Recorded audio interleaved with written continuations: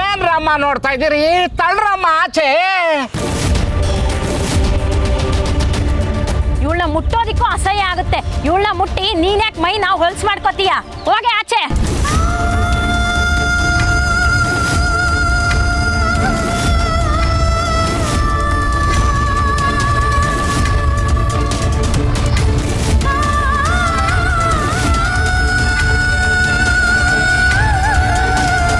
ತೊಲ್ಗೆ ಆಚೆ.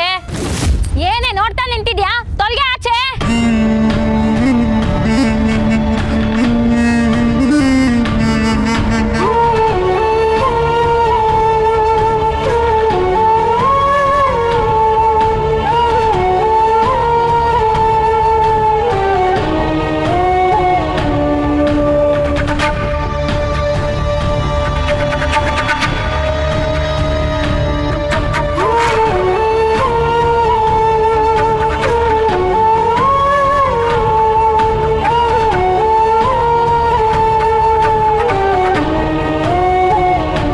ಹೆಂಗೆ ಹಚ್ಚಿದ್ದು? ಚೆನ್ನಾಗಿ ಹತ್ಕೋತು.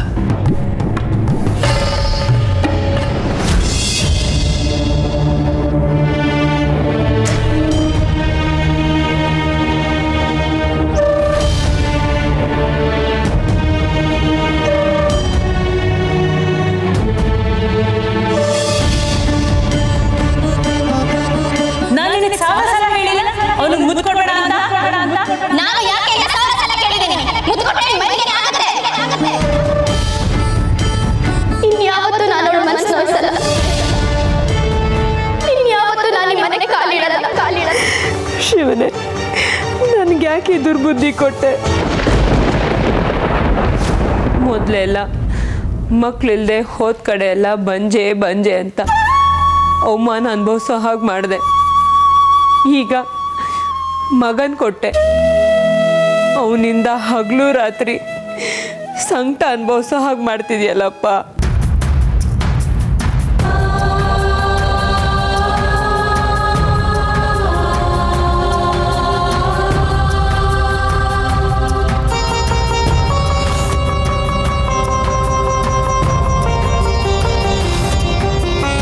ಅವನದೊಂದು ಮುತ್ತಿಗೋಸ್ಕರ 20 ವರ್ಷ ತಾಯಿ ಮಗಳ ಸಂಬಂಧನೇ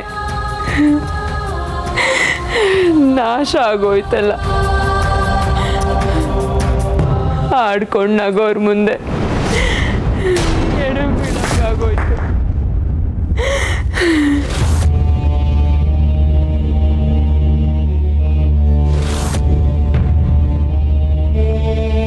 ಒಂದು ಕ್ಷಣ ನನಗೆ ಯಾಕೆ ಆ ಥರ ಕೋಪ ಕೊಟ್ಟೆ?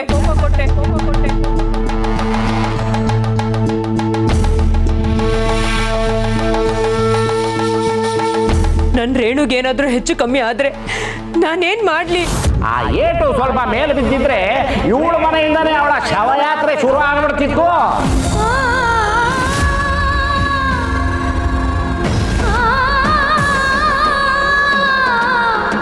ಊರ್ ಜನರ ಮುಂದೆ ನಾನು ತಲೆ ಎತ್ಕೊಂಡು ಹೇಗೆ ಓಡಾಡ್ಲಿ? ಈ ಪಾಪಿ ಕೈಯಿಂದ ನನ್ನ ಜೀವನನೇ ಹಾಳಾಗೋಯ್ತು.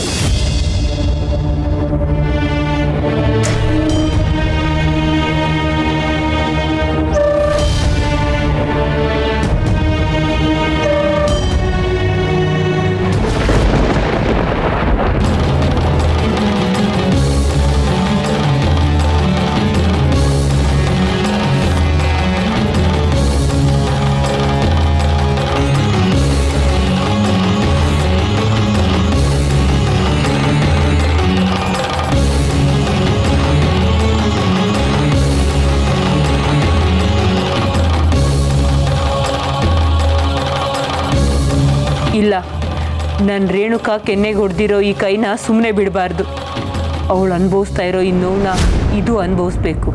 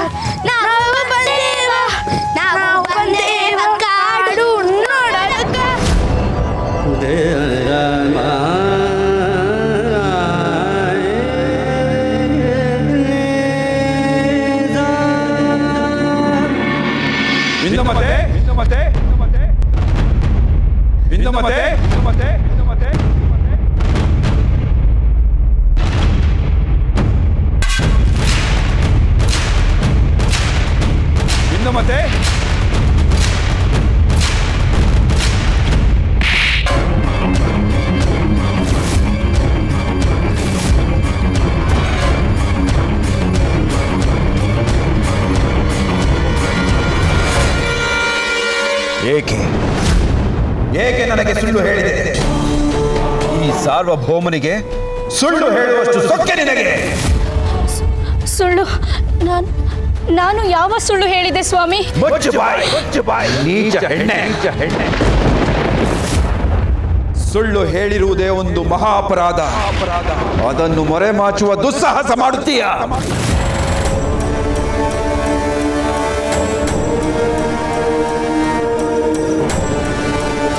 ನಾನು ಅಂದೇ ಅನುಮಾನಿಸಿದ್ದೆ ಈ ನಿನ್ನ ಮಗು ಸ್ವಾಭಾವಿಕವಾಗಿಲ್ಲ ಎಂದು.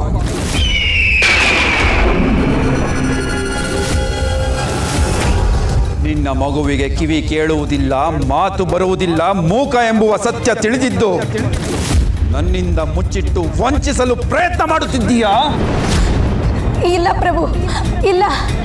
ಪತಿದೇವರನ್ನು ವಂಚಿಸುವಷ್ಟು ಪಾಪದ ಹೆಣ್ಣು ನಾನಲ್ಲ. ಮತ್ತೇಕೆ ಸುಳ್ಳು ಹೇಳಿದೆ? ಇಲ್ಲ ಸ್ವಾಮಿ, ಇಲ್ಲ. ನನಗೆ ವಿಷಯ ತಿಳಿದ ತಕ್ಷಣ ನಿಮ್ಮ ಗಮನಕ್ಕೆ ತರಬೇಕೆಂದು ಆಗ್ರಹಿಸಿದೆ. ಆದರೆ ಏನಾದರೆ?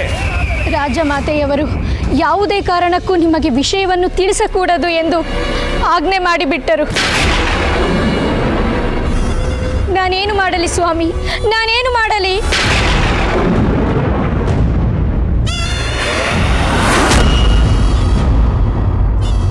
ರಾಜಮಾತೆಯವರ ಆಜ್ಞೆಯನ್ನು ಧಿಕ್ಕರಿಸಲೇ?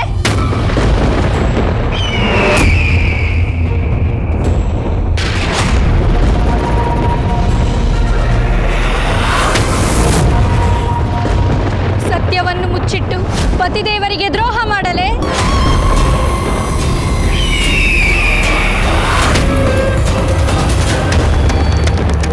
ಈ ಧರ್ಮ ಸಂಕಟದಲ್ಲಿ ದಿನವೂ ಕಣ್ಣೀರಿನಲ್ಲಿ ಕೈ ತೊಳೆಯುತ್ತಿದ್ದೇನೆ ಸ್ವಾಮಿ, ಕೈ ತೊಳೆಯುತ್ತಿದ್ದೇನೆ.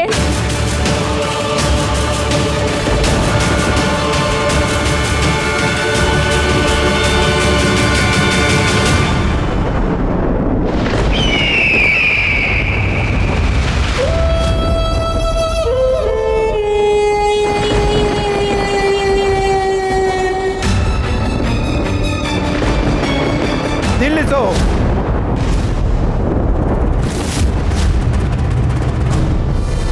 ನಿನ್ನ ದರಿದ್ರ ರೋದನವನ್ನು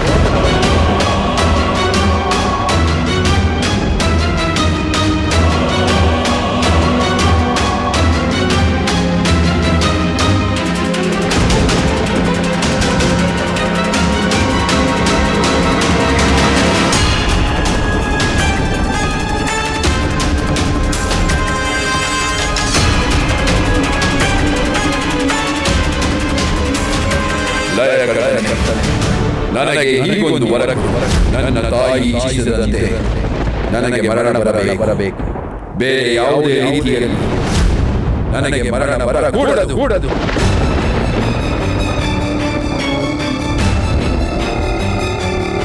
ದ್ರೋಹ, ಹೆತ್ತ ತಾಯಿಂದಲೇ ಮಗನಿಗೆ ದ್ರೋಹ. ನಾನು ಅನುಮಾನಿಸಿದ್ದು ಅಕ್ಷರಶಃ ಸತ್ಯವಾಗುತ್ತಿದೆ. ಮಾತೃ ಸಂಬಂಧವೂ ಕೂಡ ಸಮಯ ಸಾಧಕತನವೆಂದು ಸಾಬೀತಾಗುತ್ತಿದೆ. ಅಮ್ಮ,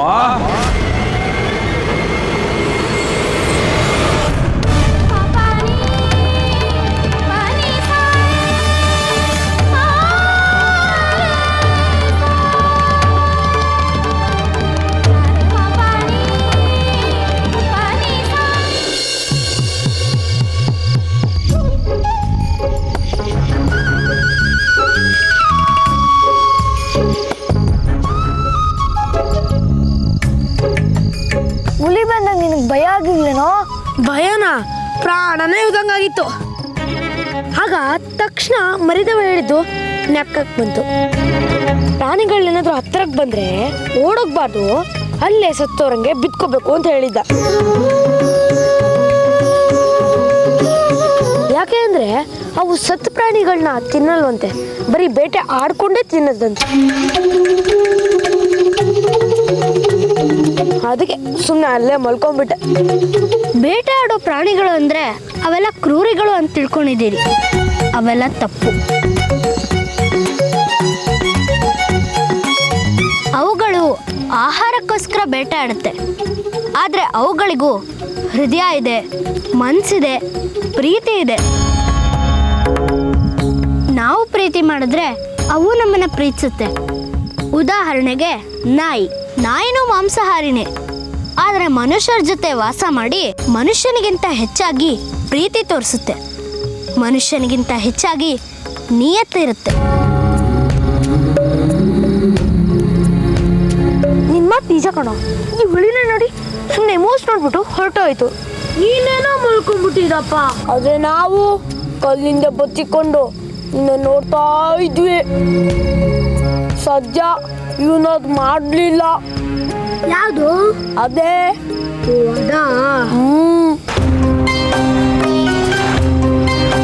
ಯಾಕೋ ನಿದ್ದೆ ಬರ್ತಾ ಇದೆ. ಸರಿ, ನೀವೆಲ್ಲರೂ ಮಲ್ಕೊಳ್ಳಿ.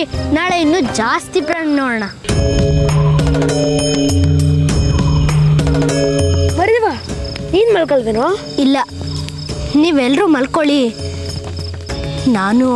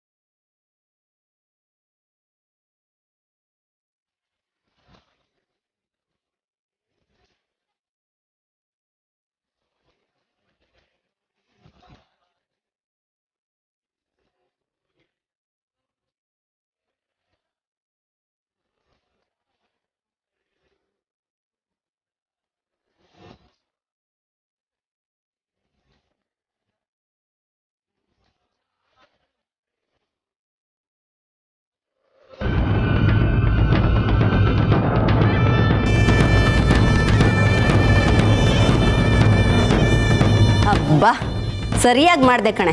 ನನಗೀಗ ಒಂದು ತಮ್ಮಿಗೆ ಹಾಲು ಕುಡ್ದಷ್ಟು ಸಮಾಧಾನ ಆಯಿತು.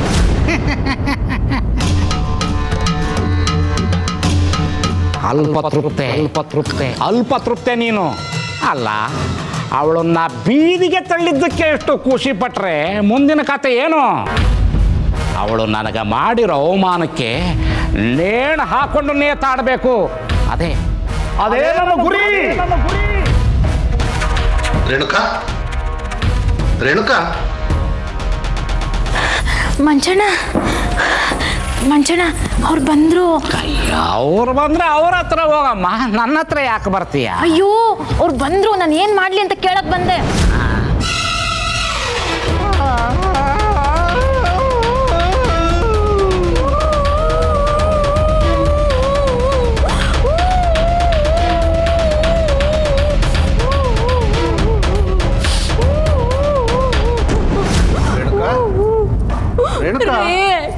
ನಾನು ಅಳ್ತಾನೆ ಇದ್ದೀನಿ. ನನ್ನ ನೋಡ್ದೆ ನಿಮ್ ಪಾಡಿಗೆ ನೀವು ಹೋಗ್ತಾನೆ ಇದ್ದೀರಲ್ರಿ. ದಿನ ಸಾಯೋರಿಗೆ ಅಳೋರು ಯಾರೇ? ಆಯ್ತು, ನಾನು ಸಾಯ್ತೀನಿ. ನಮ್ಮ ಮನೆ ಹಾಳಾಗೋಯ್ತು, ಏನು ಅಂತ ಕೇಳಬಾರ್ದ? ಇಂಥವ್ರೆಲ್ಲ ಬಂದ ಮೇಲೆ ಹಾಳಾಗೋದೆ ಬಿಡು. ರೇಣುಕಾ ಎಲ್ಲಿದ್ಯಮ್ಮ? ಇಷ್ಟೊಂದು ಕರಿತಾ ಇದ್ದೀನಿ, ಮಾತಾಡ್ತಾನೆ ಇಲ್ವಲ್ಲ ನೀನು? ಅವಳು ಬರೋ ಹಾಗಿದ್ರೆ ಬರ್ತಾ ಇರ್ಲಿಲ್ವೇನ್ರಿ? ಬರೋ ಹಾಗಿದ್ರೆ ಏನೇ ಹೇಳ್ತಾ ಇದೀಯಾ? ನನ್ನ ಮಗಳಿಗೆ ಏನೇ ಮಾಡಿದೆ? ರಾಕ್ಷಸಿ.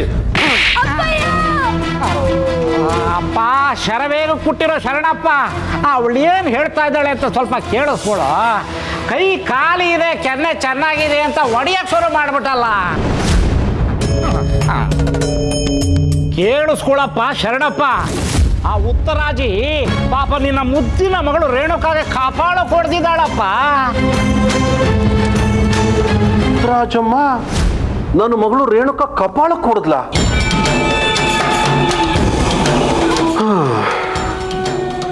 ಉತ್ತರಾಜಮ್ಮ ನನಗೆ ಮಗಳಿಗಿಂತ ಹೆಚ್ಚು. ರೇಣುಕಾ ಅವಳಿಗೆ ಸ್ವಂತ ಮಗಳಿದ್ದಾಗೆ. ಅಂಥವಳು ಅವಳಕೆನ್ನೆ ಹೊಡೆಯೋದಕ್ಕೆ ಸಾಧ್ಯನಾ? ಇವಳು ಬೇಕಾದ್ರೆ ನನ್ನ ಮಗಳನ್ನ ಸಾಯಿಸ್ಬಿಟ್ಟಿದ್ದಾಳೆ ಅಂತ ಹೇಳ್ರಿ, ಅದನ್ನು ಬೇಕಾದ್ರೆ ನಂಬಿಡ್ತೀನಿ. ಆದರೆ ಉತ್ತರಾಜಮ್ಮ ನನ್ನ ಮಗಳು ಕೆನ್ನೆ ಹೊಡೆದಿದ್ದಾಳೆ ಅನ್ನೋದನ್ನ ಮಾತ್ರ ನಂಬೋದಿಲ್ಲ. ರೀ, ಮಂಚಣ್ಣ ಹೇಳ್ತಾ ಇರೋದು ಸತ್ಯವಾಗ್ಲೂ ಸತ್ಯ ರೀ. ನಮ್ಮ ಮಗಳು ರೇಣುಕಾ ಮೇಲೆ ಆಣೆ ಇಟ್ರೆ ನೀವು ಇನ್ನೊಂದು ಕೆನ್ನೆಗೆ ಹೊಡಿತೀರ. ಅದಕ್ಕೆ ನಾನು ನನ್ನ ಮೇಲೆ ಆಣೆ ಇಟ್ಟು ಹೇಳ್ತಾ ಇದ್ದೀನಿ, ಇದು ನಿಜ ರೀ. ಅಲ್ಲಪ್ಪ ಶರಣಪ್ಪ, ಸುಮ್ಮನೆ ಒಬ್ಬರ ಮೇಲೆ ಆರೋಪ ಹೊರಿಸೋದಕ್ಕೆ ನನಗೇನು ಚಿಕಿತ್ಸೆ ಕೊಡೋಕೆ ಜನರಿಲ್ಲದೆ ಖಾಲಿ ಕೂತಿದ್ದೀನಿ ಅನ್ಕೊಂಡೇನೋ? ನನ್ನ ಮನೆ ಮುಂದೆ ರೋಗಿಗಳನ್ನ ಸಾಲ ನಿಲ್ಲಿಸಿ ಬಂದಿದ್ದೀನಿ. ಮೊದಲು ನಿನ್ನ ಮಗಳಿಗೂ ರೋಗ ವಾಸಿ ಮಾಡೋಣ ಅಂತ. ಮಂಚಣ್ಣ, ರೋಗ ಗೀಗ ಅಂತ ಬಾಯಿಗೆ ಬಂದಂಗೆ ಮಾತಾಡಿದ್ರೆ ನಾನು ಮನುಷ್ಯ ಆಗಿರಲ್ಲ. ನೀನು ಮನುಷ್ಯನಾಗಿರ್ತೀಯೋ ದೇವರಾಗಿರ್ತೀಯೋ, ಆದರೆ ಈಗ ನಿನ್ನ ಮಗಳಿಗೆ ಸರಿಯಾದ ಚಿಕಿತ್ಸೆ ಕೊಡದೇ ಇದ್ರೆ ಅವಳು ದೇವ್ರ ಹತ್ರ ಹೋಗೋದಂತೂ ಸತ್ಯ.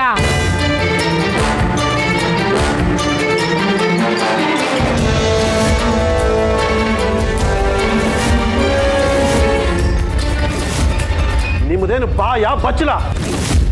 ಬಾಯಿಗೆ ಬಂದಂಗೆ ಬಗೊಳ್ತೀರಲ್ಲ. ರೀ, ಬೊಗ್ಲಕ್ಕವರು ನಾಯಿ ಅಲ್ಲ ರೀ. ಪಾಪ ರೇಣು ಕೆನ್ನೆ ಊದ್ಕೊಂಡು ಮಾತಾಡಕ್ಕೂ ಆಗಲ್ಲ ಅಂತ ಹೇಳಿದ್ರು ಮಂಚಣ್ಣ.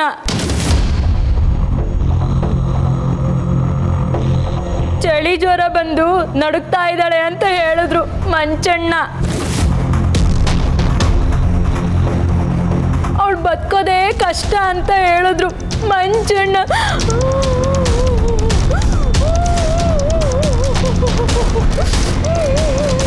ನೋಡಪ್ಪ ಶರಣಪ್ಪ, ಮಂಚ ಅಣ್ಣ ಅನ್ನೋದೊಂದು ಬಿಟ್ಟರೆ ತಮ್ಮ ಶ್ರೀಮತಿ ಹೇಳಿದ್ದು ಅಷ್ಟು ಅಕ್ಷರಶಃ ಸತ್ಯ.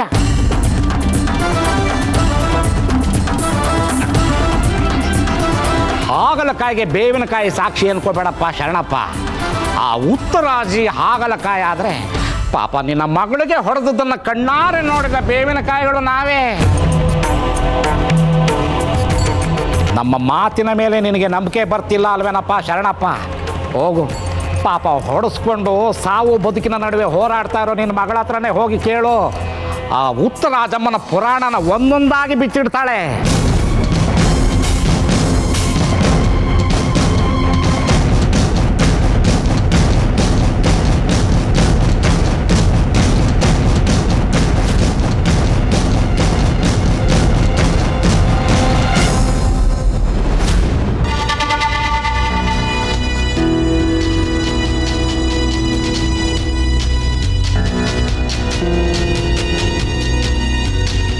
ರೇಣುಕಾ,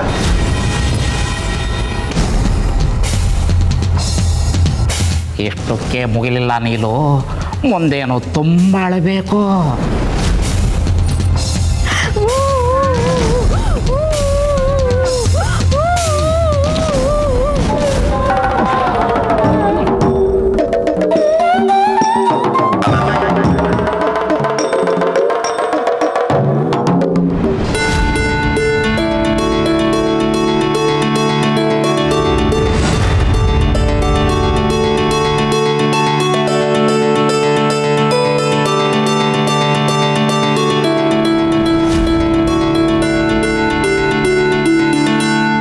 ಶಿವನೇ, ಎಲ್ಲೆಲ್ಲಿ ಹುಡುಕಿದ್ರು ಸಿಗ್ಲಿಲ್ವಲ್ಲಪ್ಪ ಇವನು.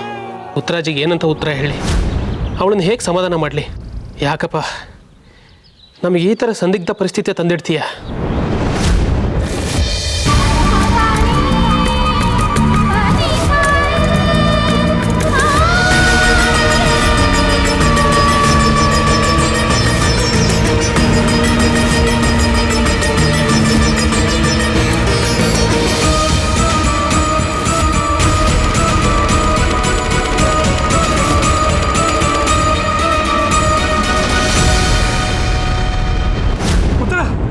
ಏನಿದು ಏನ್ ಮಾಡ್ಕೊಂಡೆ ಉತ್ತರ? ನಾನು ಮಾಡಿದ ತಪ್ಪಿಗೆ ಇದು ಕಮ್ಮಿನೇ ಸ್ವಾಮಿ. ಏನ್ ಮಾಡ್ತಿದ್ಯಾ? ಬೇಡ ಉತ್ತರ, ಉತ್ತರ ಬೇಡ ಉತ್ತರ, ಉತ್ತರ ಬಿಡಿ ಸ್ವಾಮಿ, ಉತ್ತರ ಬೇಡ ಉತ್ತರ ಸ್ವಾಮಿ. ಉತ್ತರ ಏನ್ ಮಾಡ್ಕೊತಿದ್ಯಾ? ನನ್ನ ಮಾತು ಕೇಳು. ಉತ್ತರ ಉತ್ತರ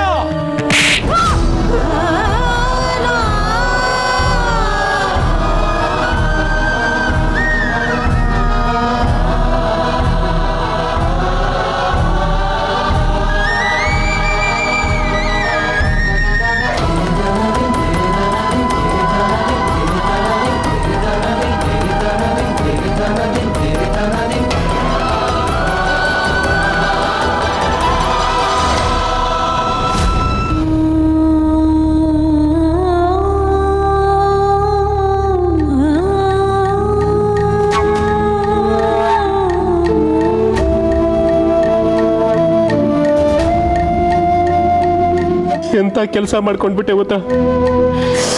ಎಂತ ಕೆಲಸ ಮಾಡ್ಕೊಂಡೆ?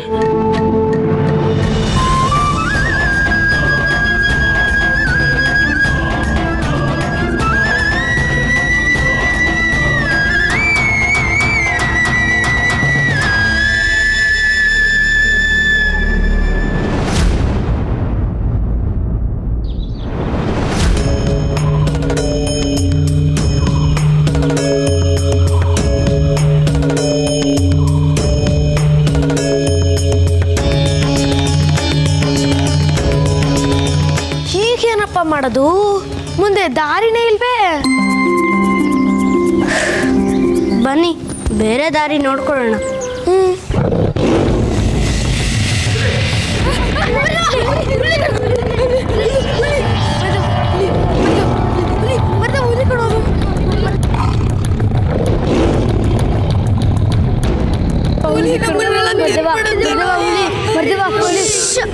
ಸುಮ್ಮನಿರೋ ಭೀಮಾ, ನಾನು ಇದ್ದೀನಿ, ಕಿರ್ಚ್ಬೇಡ.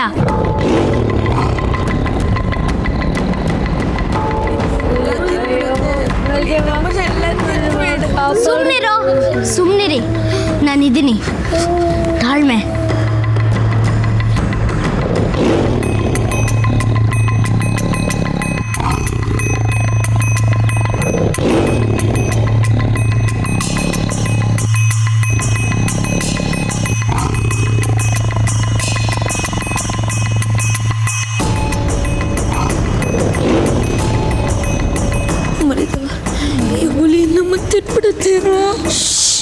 ಸುಮ್ಮನೆ ಇರೋ ಭೀಮಾ, ನಿನ್ನೆಯಿಂದನೂ ಅದು ನಮ್ಮ ಹಿಂದೆನೇ ಸುತ್ತಾಡ್ತಾ ಇದೆ. ತಿನ್ನೋದಾಗಿದ್ರೆ ನೆನ್ನೆ ತಿನ್ಬಿಡ್ಬೇಕಾಗಿತ್ತು. ಅದು ದೈನ್ಯದಿಂದ ನೋಡಿದ್ರೆ ಅದು ನಮ್ಮಿಂದ ಏನೂ ಸಹಾಯ ನಿರೀಕ್ಷೆ ಮಾಡ್ತಾ ಇದೆ. ಸಹಾಯನ? ಸಹಾಯನೂ ಬೇಡ, ಏನೂ ಬೇಡ, ನಡಿ ಮರಿದೆವು, ಹೋಗೋಣ. ಸುಮ್ಮನಿರೋ.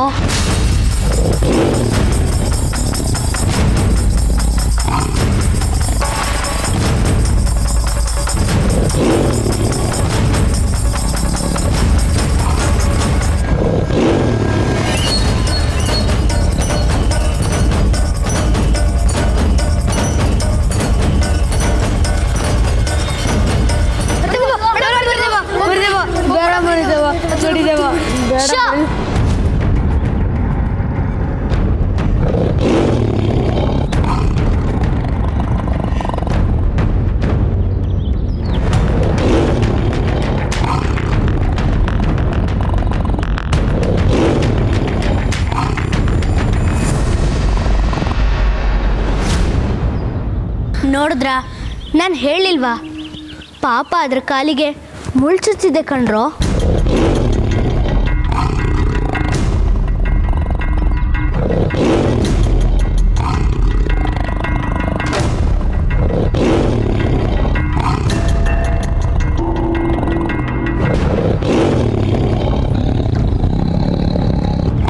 ನೋಡಿದ್ರಾ, ನಾನು ಹೇಳಿಲ್ವಾ, ಪಾಪ ಅದ್ರ ಕಾಲಿಗೆ ಮುಳ್ಚುತ್ತಿದೆ ಕಣ್ರೋ. ಅಬ್ಬಾ, ಅದಕ್ಕೆ ಇದ್ರ ಕೈಯಲ್ಲಿ ಓಡಕ್ಕಾಗ್ತಿಲ್ಲ. ಓಡೋಗಿದ್ದಿದ್ರೆ ಇವಾಗ ನಮ್ಮನ್ನು ತಿಂದಾಕ್ಬಿಡ್ತಿತ್ತು. ಬನ್ನಿ ಹೋಗೋಣ. ಬೇಡ ಬಸ್ಯ, ಒಂದು ಜೀವ ಕಷ್ಟದಲ್ಲಿದೆ ಅಂತ ಗೊತ್ತಾದ ಮೇಲೂ ಅದಕ್ಕೆ ಸಹಾಯ ಮಾಡದೆ ಓಡೋಗೋದು ಮಾನವೀಯತೆ ಅಲ್ಲ. ಅದು ದುಷ್ಟ ಪ್ರಾಣಿ ಕಣೋ. ಈ ಸೃಷ್ಟಿಲಿ ಯಾವ ಜೀವನೂ ಹುಟ್ಟುವಾಗಲೇ ಕ್ರೂರವಾಗಿರಲ್ಲ. ಬೆಳೀತಾ ಬೆಳೀತಾ ತನ್ನ ಬದುಕಿಗೋಸ್ಕರ ಬೇಟೆ ಆಡುತ್ತೆ. ಈ ಜಗತ್ತಿನಲ್ಲಿ ಆಹಾರ ಸಿಕ್ಕದೆ ಸಾಯೋ ಪ್ರಾಣಿಗಳಿಗಿಂತ ಪ್ರೀತಿ ಸಿಗದೆ ಸಾಯೋ ಜೀವಗಳೇ ಜಾಸ್ತಿ. ಪ್ರೀತಿಯಿಂದ ಈ ಜಗತ್ತನ್ನೇ ಗೆಲ್ಬೋದು. ಇನ್ನು ಈ ಹುಲಿನ ಗೆಲ್ಲೋದು ಯಾವ ಲೆಕ್ಕ? ನೀವೆಲ್ಲರೂ ಇಲ್ಲೇ ಇರಿ, ನಾನು ಅದ್ರ ಕಾಲಲ್ಲಿರೋ ಮುಳ್ಳನ್ನ ಕಿತ್ತಾಕ್ಬಿಟ್ಟು ಬರ್ತೀನಿ. ನಿನಗೇನು ತಲೆಗೆಲೆ ಕೆಟ್ಟಿದ್ಯಾನೋ? ಹತ್ರ ಹೋದ್ರೆ ತಿನ್ನಾಕ್ಬಿಡುತ್ತೆ.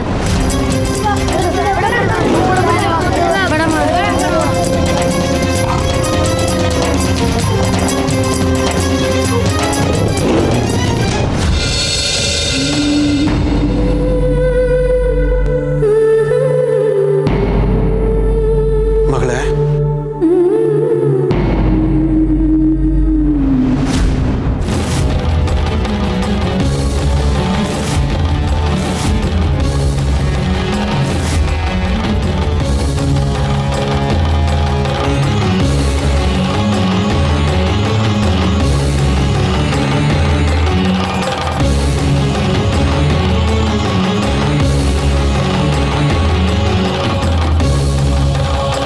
ಅಯ್ಯಯ್ಯೋ, ಎಷ್ಟೊಂದು ಏಟು ಬಿದ್ದಿದೆಯಲ್ಲ ಮಗಳೇ. ನಿಮ್ಮಮ್ಮ ಹೇಳ್ತಾ ಇದ್ದಾಳೆ ಉತ್ತರಾಜಮ್ಮ ನಿನಗೆ ಹೊಡೆದ್ಲು ಅಂತ. ಏನಾಯ್ತು ಅಂತ ನೀನಾದರೂ ಹೇಳಮ್ಮ. ಏನ್ರಿ ನೀವು ನಾವೇ ಸುಳ್ಳು ಹೇಳ್ತಿದೀವಿ ಅನ್ನೋ ಥರ ಕೇಳ್ತಿದ್ದೀರಲ್ರಿ. ಆ ಮರಿದೇವನ್ ಕೆನ್ನೆಗೆ ಇವಳು ಮುತ್ಕೊಡ್ಬೇಕು ಅಂತ ಹಠ ಹಿಡಿದ್ಲಂತೆ. ಅದಕ್ಕೆ ಅವ್ರ ಅಮ್ಮ ಇವಳು ಕೆನ್ನೆಗೆ ಬಾರ್ಸ್ ಕಳಿಸಿದಾಳೆ.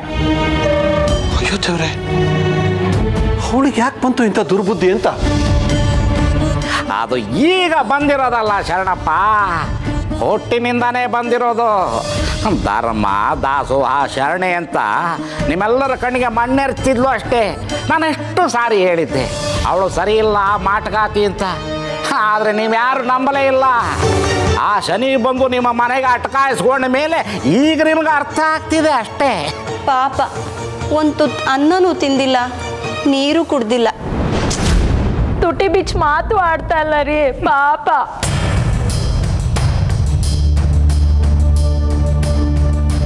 ಉತ್ತರಾಜಮ್ಮನ್ನ ನನ್ನ ಸ್ವಂತ ಮಗಳಿಗಿಂತ ಹೆಚ್ಚು ಅಂತ ನಾನು ಅನ್ಕೊಂಡಿದ್ದೆ.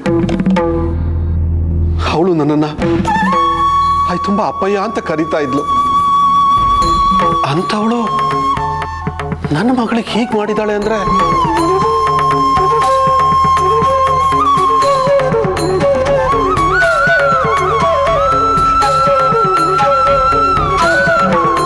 ಅವಳು ಬಂಜೆ ಆಗಿದ್ದಾಗ ತಾಯಿ ಅಂತ ಕರೆಸ್ಕೊಳ್ಳೋದಕ್ಕೆ ನನ್ನ ಮಗಳು ಬೇಕಾಗಿತ್ತು.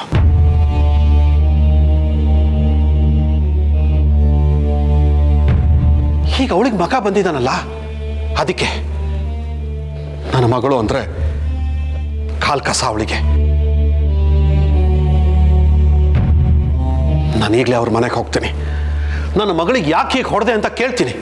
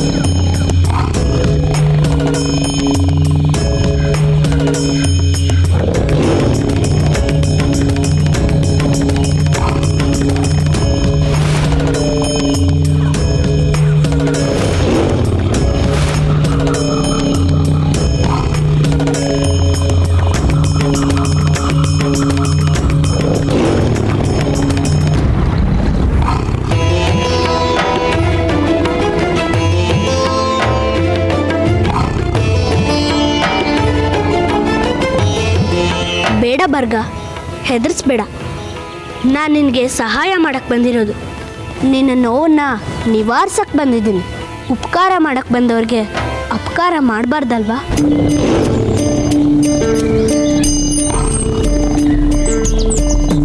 ನನಗೆ ಗೊತ್ತು ನನಗೆ ಮಾತು ಬರುತ್ತೆ, ನಿನಗೆ ಮಾತು ಬರಲ್ಲ ಅಂತ. ಆದರೆ ಪ್ರೀತಿ ಅರ್ಥ ಆಗೋಕ್ಕೆ ಮಾತು ಬೇಡ, ಭಾವನೆಗಳು ಸಾಕು.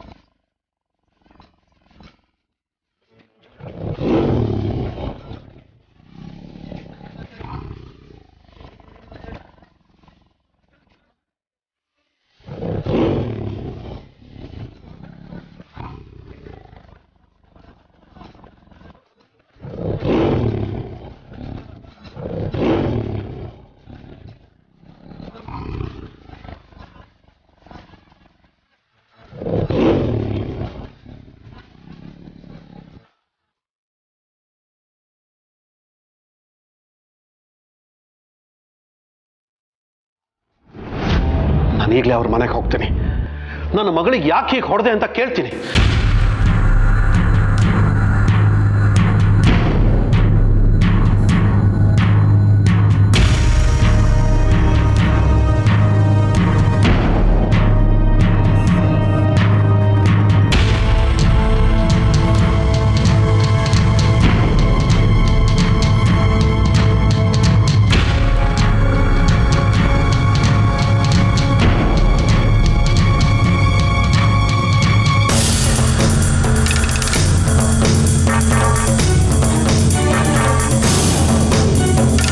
ಸ್ಥಿತಿ ನನ್ನ ಕೈಯಲ್ಲಿ ನೋಡೋಕ್ಕಾಗ್ತಿಲ್ಲ ಮಗಳೇ.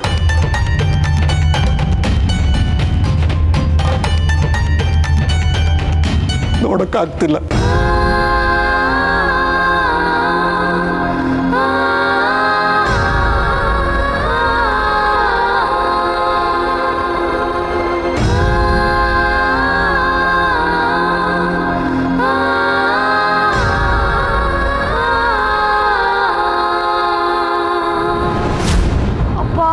ಹೊಟ್ಟೆ ತುಂಬಾ ಸಿಗ್ತಿದೆ. ಈ ಮರಿದೇವ ಬೇರೆ ಏನೋ ತಿನ್ನಕ್ ತಗೊಂಡ್ಬರ್ತೀನಿ ಅಂತ ಹೇಳ್ಬಿಟ್ಟು ಇನ್ನೂ ಬಂದಿಲ್ವಲ್ಲಪ್ಪ. ಬಂದೆ ಬಂದೆ ಬಂದೆ ಬಂದೆ ಬಂದೆ ಬಂದ್ಯಾ ಬಂದ್ಯಾ?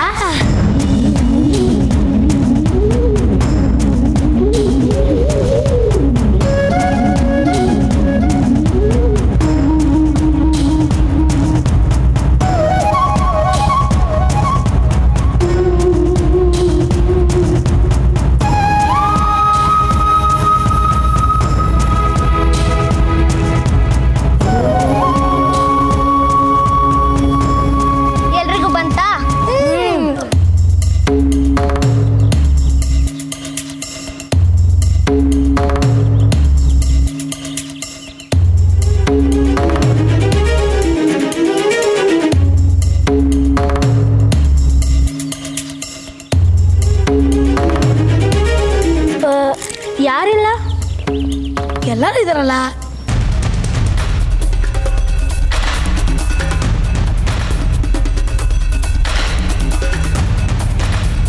ಬಸ್ಸೇ ಅಲ್ರು? ಬಸ್ಸೇ ಇಲ್ಲ, ಇದಾನಲ್ಲ. ಎಲ್ರು? ಅಲ್ಲೇ ಇದ್ದಾನೆ. ಎಲ್ಲೋ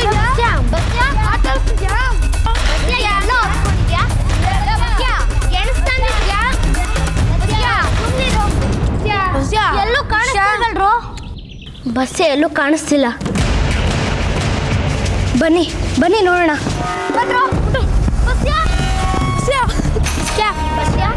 ಬಂದಿದ್ಯಾ? ಬಚ್ಚಿಟ್ಕೊಂಡ್ಬೇಡ.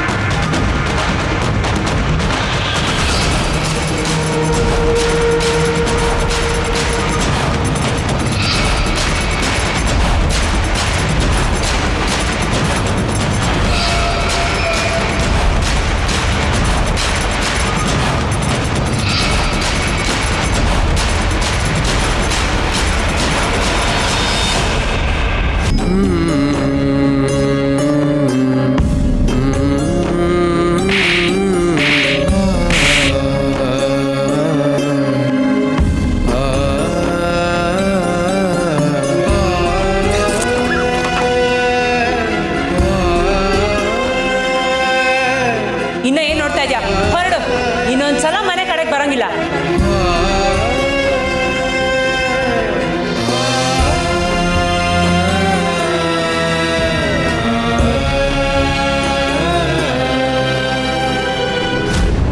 ಕೈಯಿಂದ ಹೊಡೆದ ಏಟು, ನಾಲಿಗೆಯಿಂದ ಹೊರ ಹಾಕಿದ ಮಾತು, ಕಳೆದು ಹೋದ ಸಮಯ, ಕಳ್ಕೊಂಡ ನಂಬಿಕೆ ಯಾವತ್ತೂ ವಾಪಸ್ ಬರೋದಿಲ್ಲ. ಉತ್ತರ ಕಳ್ಕೊಳ್ಳೋದಕ್ಕೆ ಮುಂಚೆ ಯೋಚಿಸ್ಬೇಕು, ಅಥವಾ ಕಳ್ಕೊಂಡ ಮೇಲೆ ಯಾಕೆ ಹೀಗಾಯಿತು ಅಂತ ಚಿಂತಿಸ್ಬೇಕು. ಅದನ್ನು ಬಿಟ್ಟು ಈ ರೀತಿ ದೇಹದಂಡನೆ ಮಾಡೋದ್ರಿಂದ ಯಾವ ಪ್ರಯೋಜನನೂ ಇಲ್ಲ ಉತ್ತರ, ಯಾವ ಪ್ರಯೋಜನನೂ ಇಲ್ಲ. ಒಂದು ಕ್ಷಣದ ಕೋಪ ಒಂದು ಸುಂದರ ಸಂಬಂಧನೇ ಹಾಳು ಮಾಡಿಬಿಡ್ತಲ್ಲ ಸ್ವಾಮಿ. ಆ ಒಂದು ಕ್ಷಣದ ಕೋಪನೇ ಮಹಾ ತಪಸ್ವಿ ಜಮದಗ್ನಿ ಮಹರ್ಷಿಗಳು ತಮ್ಮ ಹೆಂಡತಿ ರೇಣುಕಾದೇವಿ ತಲೆನ ಕತ್ತರಿಸುವ ಹಾಗೆ ಮಾಡಿತ್ತು.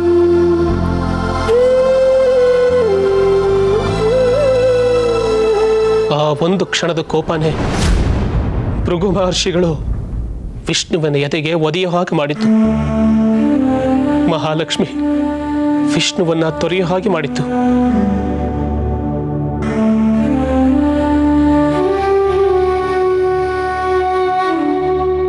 ಆ ಒಂದು ಕ್ಷಣದ ಕೋಪನೇ ಶಿವ ಬ್ರಹ್ಮದೇವನ ತಲೆಯನ್ನೇ ಕತ್ತರಿಸುವ ಹಾಗೆ ಮಾಡಿತ್ತು.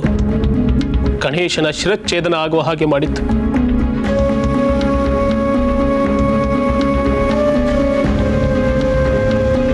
ಆ ಒಂದು ಕ್ಷಣದ ಕೋಪದಿಂದ ಎಷ್ಟೊಂದು ಯುದ್ಧಗಳಾಗಿದೆ, ಎಷ್ಟೊಂದು ಸಾವು ನೋವುಗಳಾಗಿದೆ. ಋಷಿಮುನಿಗಳು ದೇವಾನು ದೇವತೆಗಳನ್ನೇ ಬಿಡದಿರೋ ಈ ಕೋಪ ಅನ್ನೋ ಮಹಾಮಾರಿ ನನ್ನ ನಿನ್ನಂತ ಹುಲುಮಾನವರನ್ನ ಬಿಡುತ್ತಾ ಉತ್ತರ.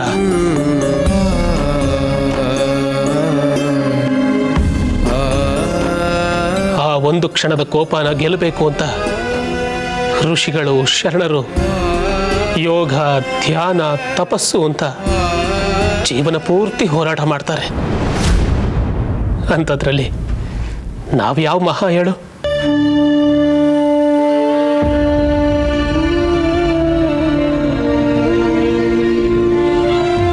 ತಪ್ಪು ನಡೆದೋಗಿದೆ, ಅದನ್ನು ಸರಿಪಡಿಸೋದು ಹೇಗೆ ಅಂತ ಯೋಚನೆ ಮಾಡಬೇಕೇ ಹೊರತು ಮತ್ತಷ್ಟು ತಪ್ಪುಗಳು ಆಗೋದಕ್ಕೆ ಅವಕಾಶ ಕೊಡಬಾರ್ದು.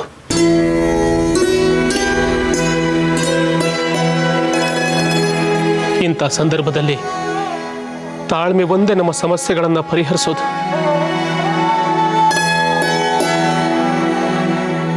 ಪ್ರತಿಯೊಂದು ಸಮಸ್ಯೆಗೂ ಪರಿಹಾರ ಇದ್ದೇ ಇರುತ್ತೆ ಉತ್ತರ. ನಾವು ನಂಬಿಕೆ ಕಳ್ಕೋಬಾರ್ದು. ಆದರೆ ನನಗೊಂದು ಪ್ರಶ್ನೆ ಕಾಡ್ತಾ ಇದೆ. ಇಷ್ಟೆಲ್ಲ ರಾತಾಂತಕ್ಕೆ ಕಾರಣ ಆಗಿರೋದು ಕೇವಲ ಒಂದು ಮುತ್ತ?